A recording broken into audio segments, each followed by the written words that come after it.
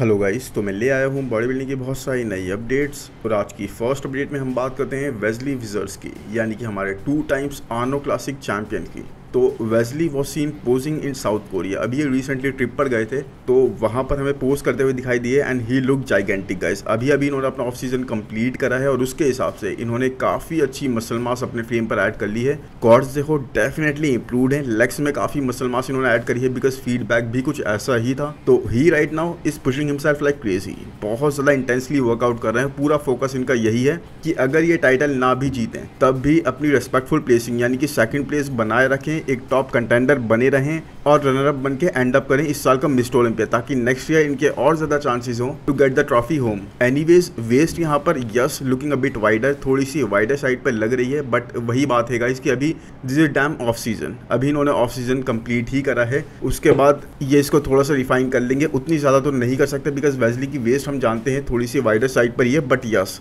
अभी कुछ ज़्यादा ही लग रही है because of the off season. Anyways shape is intact guys, इतना ज़्यादा मैं नहीं बोलूँगा ये बिल्कुल ही बल्कि साइड पे चले गए हो या अपने शेप को इन्होंने सैक्रिफाइस कर दिया हो, ऐसा कुछ भी यहाँ नहीं दिख रहा है। And that is the best thing about Wesley man. इस साल इन्होंने बहुत ही एक कंसीडरेबल अप्रोच के साथ अपने फ्रेम पर मसल मास ऐड करने में, अपने फ्रेम पर वो डेंसिटी ऐड करने पे टाइम दिया है। एक अच्छा ऑफ सीजन, बहुत ही प्रोडक्टिव ऑफ सीजन यूज करा है इन्होंने ये। अब इसको एक कितना मसल मैच्योरिटी के साथ ला पाएंगे ये कहना बहुत ही मुश्किल है। मुझे नहीं लगता गाइस कि इसी सीजन के अंदर अपनी ये न्यूली एडेड मसल मास पर, ये न्यूली चेंजेस पर उस तरह की मसल मैच्योरिटी या ग्रेनीनेस कैरी करते हुए हमें दिखेंगे। बट उसके बाद भी guys he was focusing heavily on legs, और अभी भी अपने लेग्स को बहुत ज़्यादा इंटेंसिटी से ट्रेन कर रहे हैं बिकॉज इनका पूरा फोकस यही है। क्योंकि देखो अपर बॉडी को इन्होंने अपने शोल्डर्स को वाइडर करके, अपने लैट्स को वाइडर करके एक तरह से वी टेपर तो बना लिया, एक थिक वेस्ट के होने के बाद भी एक बहुत ही प्लीजिंग सा वी टेपर। लेकिन उसके बाद भी गाइस एक्स फ्रेम बना अभी नहीं है। एक्स फ्रेम बनाने में थोड़ी सी दिक्कत है बिकॉज लेग्स इनकी कॉर्ड्स उस तरह से डेवलप नहीं है, उस तरह से मसल मास कैरी नहीं कर रही, और इसीलिए गाइस इन्होंने पूरा फोकस अपने लेग्स को इंप्रूव करने पर दिया है। एंड फिलहाल गाइस अगर अभी की बात करें तो जैसे मैंने कल रामोन डिनो की अपडेट को कवर करा था, रामोन Dino is looking ahead man. Definitely he is looking more sharper, more Grenier,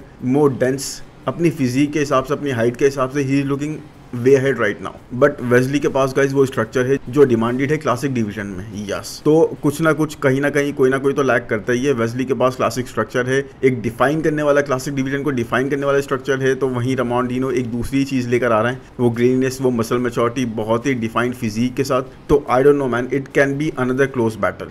yes guys, classic में असली मैच क्रिस बमस्टेड का नहीं होगा किसी के साथ भी, ये आप लोग अभी से मान लो। क्लासिक में असली मैच होगा तो 2 लोगों का, वो होगा रामोन डिनो और वेस्ली विजर्ड्स का। और एक और असली मैच होगा, वो पता है किसका? वो होगा ब्रियॉन एंसली और उर्स कैल्सिस्की का। क्योंकि हमेशा से ब्रियॉन एंसली उर्स कैल्सिस्की से बीट होते हुए आए लास्ट 2-3 सालों में। लेकिन रिसेंटली क्या हुआ, आर्नो क्लासिक यूके में ब्रियॉन एंसली ने फाइनली उर्स कैल्सिस्की को बीट कर दिया। तो अब देयर आर चांसेस कि दोबारा ये हो जाए, या फिर एक क्लोज बैटल तो हमें देखने को मिलेगी man, and that is going to be really fun. तो एक्चुअल बैटल यही है, जैसे कि 2 डिवीजन की एक्चुअल बैटल शॉन क्लैडा और क्योन पियर्सन के बीच में ही है, और कोई ऐसा बैटल हम नहीं देखने वाले। तो एक बहुत ही स्लो अप्रोच लिए इन्होंने वर्कआउट को लेके, creating that mind muscle connection, बहुत ही ज़्यादा फोकस करते हुए ट्रेन करा है और मसल्स को पूरी तरह से इन्होंने अपने एक्टिवेट करने की पूरी कोशिश करी है।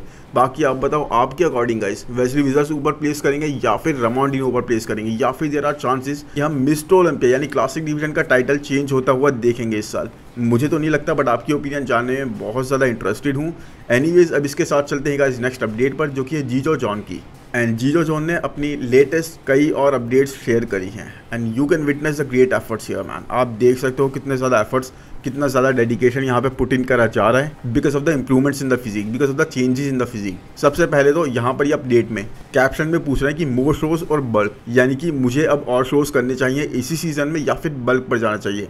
अब और शोज करने का रीज़न आई थिंक मुझे ये समझ में आ रहा है बिकॉज बहुत सारे हम इस बार देख रहे हैं इंडियन कंपीटर्स बाहर जा जाकर दूसरे शोज में कम्पीट करें, and they are placing really good, मतलब बहुत अच्छे से प्लेस हो रहे हैं, बहुत अच्छा परफॉर्म भी कर रहे हैं। तो इसीलिए आई थिंक इनके माइंड में भी ये आ रहा होगा कि मुझे भी और शोज करने चाहिए या फिर मुझे एक बल्क मोड पे जाना चाहिए। तो इससे पहले गाइस मैं इसका जवाब दूं या फिर मैं अपनी ओपिनियन इस बारे में बताऊं, आप लोग अपनी ओपिनियन कमेंट सेक्शन में बताना। और अब हम चलते हैं इनकी बैक अपडेट के ऊपर। The back guys definitely is crazily brought up. Back को बहुत ज़्यादा अच्छे से इन्होंने ब्रिंग अप करा है, बहुत ज़्यादा इंप्रूव लग रही है, डेंसिटी बहुत ही अच्छी लग रही है। आई मीन इस लेवल की डेवलपमेंट बैक पे इंडियन एथलीट्स में आप बहुत सालों में नहीं देखते। आप 2-3 नाम ही ले पाओगे, उसके अलावा आप किसी और का नाम नहीं ले पाओगे गाइस। तो बहुत ज़्यादा इंप्रूवमेंट्स पता लग रही हैं, बहुत अच्छी बैक लग रही है, बहुत अलग ही लेवल की बैक लग रही है। उसके बाद लुक एट दीज शॉट्स, जिस तरह की ये सेपरेशन प्रेजेंट कर रहे हैं यहाँ पर, आप यहाँ पर सारे बाइसेप हेड्स देख सकते हो साथ में गाइस। बैक आपको क्रेजीली डेवलप्ड यहाँ पे भी लग रही है। इनको यस विथ की रिक्वायरमेंट है, अपने लैट्स को थोड़ा सा वाइडर करने की रिक्वायरमेंट है ताकि वो टेपर और अच्छे से डिफाइंड दिखे,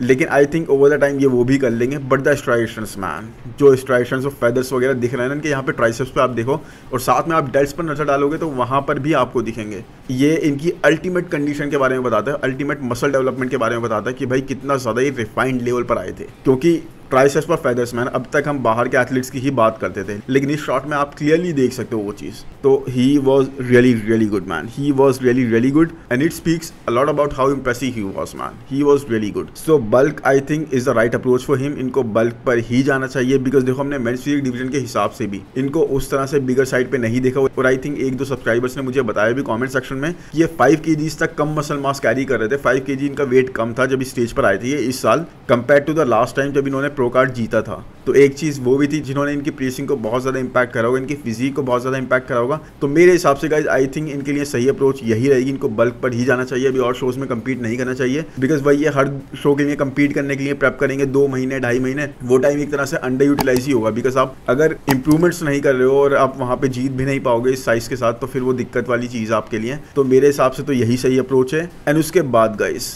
आई think classic division is the way to go for him. अब आप लोग कुछ भी बोलो, ये भी कुछ भी समझ सकते हैं इस चीज़ को, लेकिन मेरे हिसाब से क्योंकि देखो फिजिक में जैसी ये इंप्रूवमेंट्स दिखा रहे हैं, जो डिटेल और डेंसिटी ये दिखा रहे हैं, जैसे बैक पोजेस वगैरह देख लो, ये फेदर्स वगैरह आप मेंस फिजिक के पोज जब हिट करोगे कहाँ दिखेंगे? बिल्कुल भी नहीं दिखेंगे आपके फेदर्स। आप इस तरह की कंडीशन ला सकते हो, आपके जेनेटिक इतने सुपीरियर हैं, आपके मसल्स इतने जल्दी रिफाइन हो जाते हैं, इतनी अच्छी सेपरेशन प्रेजेंट करते हैं, तो आप उसको प्रेजेंट कैसे करोगे? ये बैक डबल बाइसेप पोज में तो आप सारे बाइसेप हेड्स सेपरेटेड देख रहे हो, राइट? ये आपके मेंस फिजिक के पोजिस में तो दिखेंगे नहीं, ये फेदर्स भी नहीं दिखेंगे आपके मेंस फिजिक के पोजिस में।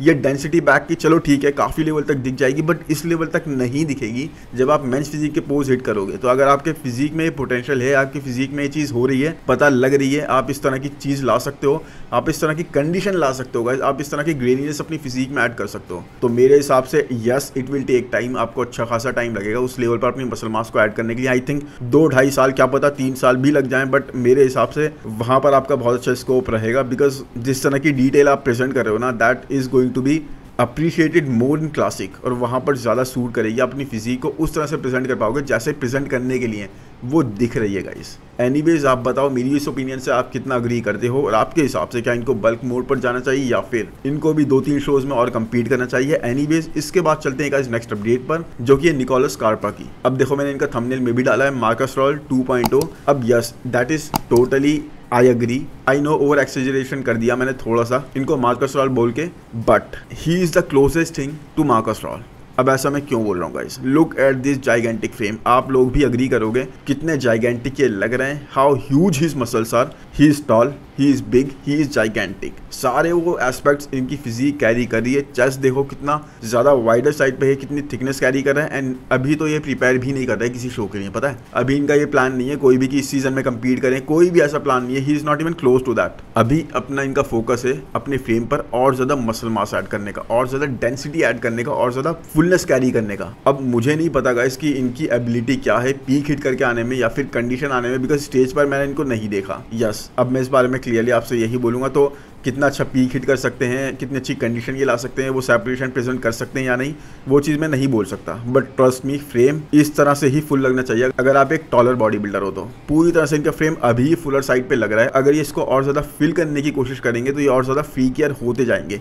And he is very young guys, मतलब एज इनकी साइड है, तो ये बहुत ज़्यादा मसल मास और ऐड कर सकते हैं। और इनका पोटेंशियल मुझे पूरी तरीके से बहुत टॉप लेवल का लग रहा है in terms of adding muscle mass. तो सैमसन डॉडा और एंड्रू जैट, इन दोनों से ना हम कुछ ऐसी ही चीज़ देखना चाहते हैं, जिस तरह से उनकी हाइट है, जिस तरह से दे बोथ आर टॉलर, उस तरह से उनका फ्रेम और ज़्यादा फुलनेस, बिल्कुल फुलनेस कैरी करके आए इस लेवल की। देख रहे हो आप कितने अमेजिंग ये लग रहे हैं, क्योंकि इनका फ्रेम पूरी तरीके से फुल है। अगर आप टॉल हो तो इस तरीके से हो मैन, तब आपका फ्रेम बहुत ज़्यादा अप्रिशिएट करा जाएगा। क्विंटन बीसवुड को भी इनसे लर्न करना चाहिए, बिकॉज उनका फ्रेम तो काफ़ी ज़्यादा ही खाली लगता है। सैमसन तो अब हल्के हल्के फील करते जा रहे हैं। एंड्रू जैक का कुछ नहीं कह सकते, कपड़ों में तो he is looking really big. Physique update अभी तक कोई प्रेजेंट कर नहीं रहा है। बाकी Nicholas Karpa man an athlete to keep an eye on, because he is looking really good and really massive. वो फ्रेम ना मार्कस रॉल वाली थोड़ी सी फीलिंग दे रहा है। अब आप बताओ कमेंट सेक्शन में कि आपको ऐसा लगता है या फिर नहीं। एनीवेज अब इसके बाद चलते हैं गाइस नेक्स्ट अपडेट पर, जो कि अनीक घोष की। तो अनीक घोष ने अभी कैप्शन में बोला है कि अपने नेक्स्ट शो के लिए तैयारी शुरू कर रहे हैं। अब नेक्स्ट शो इनका कौन सा होने वाला है मुझे नहीं पता, हो सकता है man there is a very high chance कि दुबई प्रो में ये भी कम्पीट करने उतर जाए, बिकॉज 3 वीक से शो के अंदर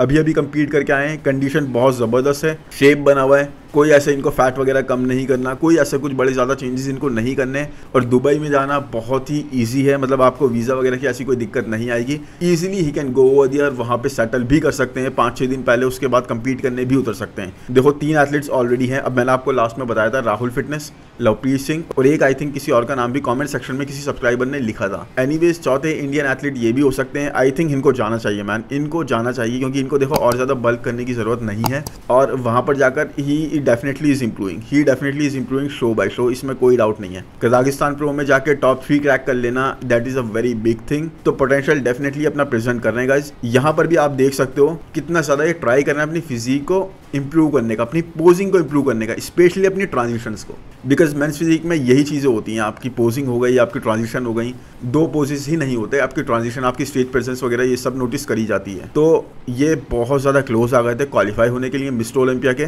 बट थोड़ी सी मार्जिन से रह गए। लेकिन यस, ये क्वालिफाई कर सकते हैं, अगर इस साल नहीं तो नेक्स्ट ईयर तो क्वालिफाई कर सकते हैं। But I think just core पर आई थिंक इनको थोड़ा सा ध्यान देना चाहिए, इसको थोड़ा सा टाइटर साइड पर और करना चाहिए, टाइटर साइड पर रखना चाहिए। बिकॉज देखो कजाकिस्तान प्रो में भी जब ये पोज कर रहे थे ना, तो पोजिंग के टाइम पे चलो ठीक है, उसके बाद लेकिन जब भी स्टैंड कर रहे थे थोड़ा सा स्टमक इनका ब्लोटेड साइड पे लग रहा था, जैसे कार्ब लोडिंग थोड़ी सी माइनर सी गलत हो गई हो, वो टाइटनेस इनकी कोर में पता नहीं लग रही थी। अब मैं इसलिए बोल रहा हूँ गाइस सिर्फ और सिर्फ क्योंकि मेंस फिजिक डिवीजन के एथलीट्स को आप देखते हो किस तरह से उनकी कोर दिखती है मैन, बिल्कुल ऐसे ही मैन की तरह छपी हुई होती है अंदर की तरफ। अब जैसे आप यहाँ पर भी देख सकते हो उस तरह से कोर टाइट नहीं लग रही। एक आई थिंक यही चीज़ है जहाँ पर इनको वर्क करना चाहिए, अपनी कोर को और ज़्यादा टाइट, बिल्कुल कार्ब लोडिंग इस तरह से करें कि बिल्कुल भी ब्लोटेड सी नहीं लगे, और वो चीज़ इनके लिए प्लस की तरह जाएगी। बट मेंस फिजिक में मैन स्पेशली जिस तरह से ये लोग आते हैं ना आजकल, दूसरा एथलीट्स, आप एरिन बैंक्स को देखोगे और आप अली विलाल को देखोगे, आप विटोर शाविस को देखोगे, आप इन सब की कोर देखो किस कदर टाइट होती है मैन, बिल्कुल ही मतलब ऐसा लगता ही नहीं है ब्रीथ कर रहे हैं किसी भी सिचुएशन में, किसी भी सेकंड में। Even if they are not posing, ये अगर साइड में खड़े होते हैं ना, दूसरे लोग पोज कर रहे होते हैं कॉल आउट के अंदर, तब भी ऐसा नहीं लगता। और ऐसी ही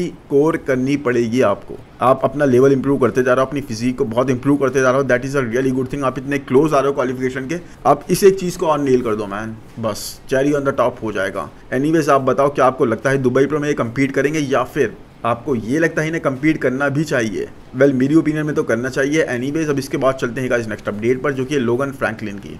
एंड लोगन फ्रैंकलिन अब तो हल्के हल्के कमाल करते जा रहे हैं, क्योंकि इनका इनिशियल प्लान था कम्पीट करने का इसी सीजन में एक और बार मिस्टर ओलंपिया में जाने से पहले। अब हम लोगों ने इस बारे में बात करी थी कि इनको नहीं करना चाहिए, अपना मोमेंटम खराब वगैरह, लेकिन he was very well inclined कि मुझे तो कम्पीट करना ही है। तो दुबई प्रो इनके रेडार पे था, उस बारे में बात भी हुई थी कि दुबई प्रो में कम्पीट करेंगे। But I think Patrick tour के साथ जब से इन्होंने काम करना स्टार्ट करा ना, आई थिंक इनके बीच में कुछ डिस्कशन वगैरह हुए हैं, एंड अब इन्होंने डिसाइड कर लिया है कि सीधे ही मिस्टर ओलंपिया में ही कम्पीट करेंगे। यस, तो बीच में हमें कोई शो में उतरते हुए नहीं दिखेंगे, दुबई प्रो में ये नहीं दिखने वाले। तो अभी तक तो ब्रियॉन एंसली का नाम ये जो लिया जा रहा है, वहाँ पे माइकल डबूल का नाम भी लिया जा रहा है, लेकिन लोगन फ्रैंकलिन अब उस लिस्ट में नहीं होने वाले गाइस। तो पैट्रिक टूर ने इन्हें ये बताया कि अपनी इंप्रूवमेंट्स को टाइम दो, अपनी फिजिक को और ज्यादा फ्रेश करने की कोशिश करो, ताकि वो पॉप आपकी फिजिक पर ऐड हो जाए, जो काफी टाइम से मिसिंग दिख रहा था। लेकिन अब वो डेफिनेटली दिख रहा है गाइस, डेफिनेटली मुझे फील हो रहा है, आप लोगों को भी फील हो रहा होगा, फिजिक में काफी ज्यादा पॉप आता जा रहा है। 14 वीक्स आउट के हिसाब से गाइस 240 पाउंड्स के आसपास ही हैं, 240 pounds, that is a really good weight अगर आप क्लासिक डिवीजन में अपनी हाइट के हिसाब से। एंड फिजिक अभी बहुत ज़्यादा टाइटर साइड पे लग रही है, looking so fresh.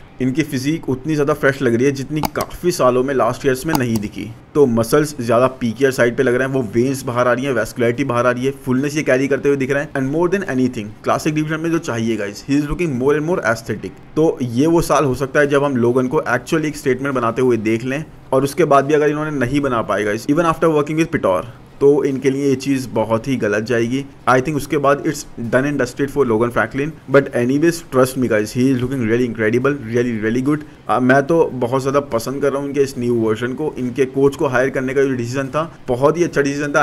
I hope इस डिसीजन को थोड़ा जल्दी ले लेते तो इनके लिए और ज़्यादा वर्क करता, बट कोई नहीं, अभी भी ज़्यादा लेट नहीं हुए हैं ये। तो आपको क्या लगता है, टॉप 10 क्रैक कर पाएंगे? मुझे तो लगता है गाइस टॉप 8 क्रैक कर लेंगे पिटोर के साथ वर्क करते हुए ये, बिकॉज फिजिक में बहुत ज़्यादा चेंजेस ना जो बहुत टाइम से एक सोई हुई फिजिक लग रही थी वो अब जागी हुई लग रही है। तो बाकी आप बताओ कमेंट सेक्शन में। एनीवेज अब इसके बाद चलते हैं नेक्स्ट अपडेट पर। तो पहले बात कर लेते हैं विलियम बॉनेक और नाथन डियाशा की। अब 10 घंटे से भी कम रहेगा इन दोनों के स्टेज पे आने में। यस, आई थिंक 9 घंटे रह जाएंगे जब तक मैं वीडियो अपलोड करूंगा। तो दोनों आपस में कम्पीट करते हुए दिखेंगे और कोई स्टेज पर ऐसा नहीं होगा मुझे लग रहा है जो फाइनल कॉल आउट में आ पाए। And both guys both are trying to bring their best package on the stage. Yes, इसमें कोई डाउट नहीं है। अपनी वीकनेसेस दोनों कैरी कर रहे हैं, अपनी स्ट्रेंथ दोनों कैरी कर रहे हैं। लेट्स सी ये टाइटल किसके पास जाता है। चांसेस हाई तो लग रहे हैं विलियम बॉनेक के, बिकॉज जैसी उनकी बैक वगैरह है ना, जैसा उनका स्ट्रक्चर है नाथन से तो ज्यादा ही प्लीजिंग है। तो वो चीजें इनके हक में जा सकती है। बट नाथन डियाशा after adding the muscle mass he can not be overlooked. इनको ओवरलुक नहीं करा जा सकता। He is also improving a lot. Peak hit करके आएंगे इसमें कोई डाउट नहीं है। तो कहीं भी जा सकता है। मेरी अगर प्रेडिक्शन पूछोगे आप तो मुझे भी यही लगता है यस कि विलियम बॉनेक के चांसेस थोड़े ज्यादा हैं। बाकी एनीवेज अब चलते हैं आज की नेक्स्ट अपडेट पे गाइस। तो ये है वेसल सर्बन के बारे में। अब इनको दिखाने का मेरा सिर्फ और सिर्फ रीजन ये है गाइस कि ही इज डिफाइनिंग कि age is just a number. 74 years की इनकी एज है। उसके बाद 65 प्लस कैटेगरी में इन्होंने अभी अभी बॉडी बिल्डिंग शो जीता है। तो मैन अगर इनकी फिजिक आप देखोगे, एक तो आप रेस्पेक्ट वाली फीलिंग आएगी आपके अंदर। दूसरा ये हम लोगों से मतलब 95% ऑफ हम लोग मतलब जो भी हम देख रहे हैं उन सबसे better shape better physique carry कर रहे हैं इस टाइम पर 74 ईयर्स की एज में। Look at him man, so damn appreciable physique. जिस तरह की डेडिकेशन ये प्रेजेंट कर रहे हैं, जिस तरह की मेंटल रेजिलियंस ये प्रेजेंट कर रहा है ना इस टाइम पर, he is totally proving age is just a number. Age से डिफाइन मत हो बल्कि खुद एज को डिफाइन करो। कुछ चाहिए तो उसके पीछे जाओ। You want something, go work for it man. It is respectable और ये बहुत ही इंस्पायरिंग है हम सब लोगों के लिए। एक बहुत ही इंप्रेसिव फिजिक, एक बहुत ही ज़्यादा प्लीजिंग फिजिक। एंड सबसे बड़ी बात ये वो कर रहे हैं गाइस जो इन्हें पसंद है। He is doing what he loves even at this age. तो बहुत ही ज़्यादा अच्छी चीज़ है। बाकी आप बताओ इनकी फिजिक आपको कैसी लगी, इनकी इंस्पिरेशन इनकी मोटिवेशन आपको कैसी लगी। मुझे तो बहुत पसंद आई। मैंने सोचा आप लोगों को भी दिखा दूं। एनीवेज गाइस आज का वीडियो इतना ही। मिलते हैं नेक्स्ट वीडियो में। और कमेंट सेक्शन में ज़रूर बताओ यार आपको वीडियो कैसा लगा। अपनी फीडबैक ज़रूर दो। और थैंक यू इतने बड़े बड़े कमेंट्स आप लोग टाइप करते हो और बताते हो अपना फीडबैक कि आपको क्या लगा, आपको किस एथलीट के बारे में कैसा लग रहा है। बाकी चैनल को सब्सक्राइब करना बिल्कुल ना भूलें। नोटिफिकेशन बेल को भी दबाते चलें और लाइक करना मैन, उसमें तो कमी होनी ही नहीं चाहिए। ज़्यादा से ज़्यादा लाइक करो वीडियो को। बाकी मिलते हैं नेक्स्ट वीडियो में। Thank you, bye bye.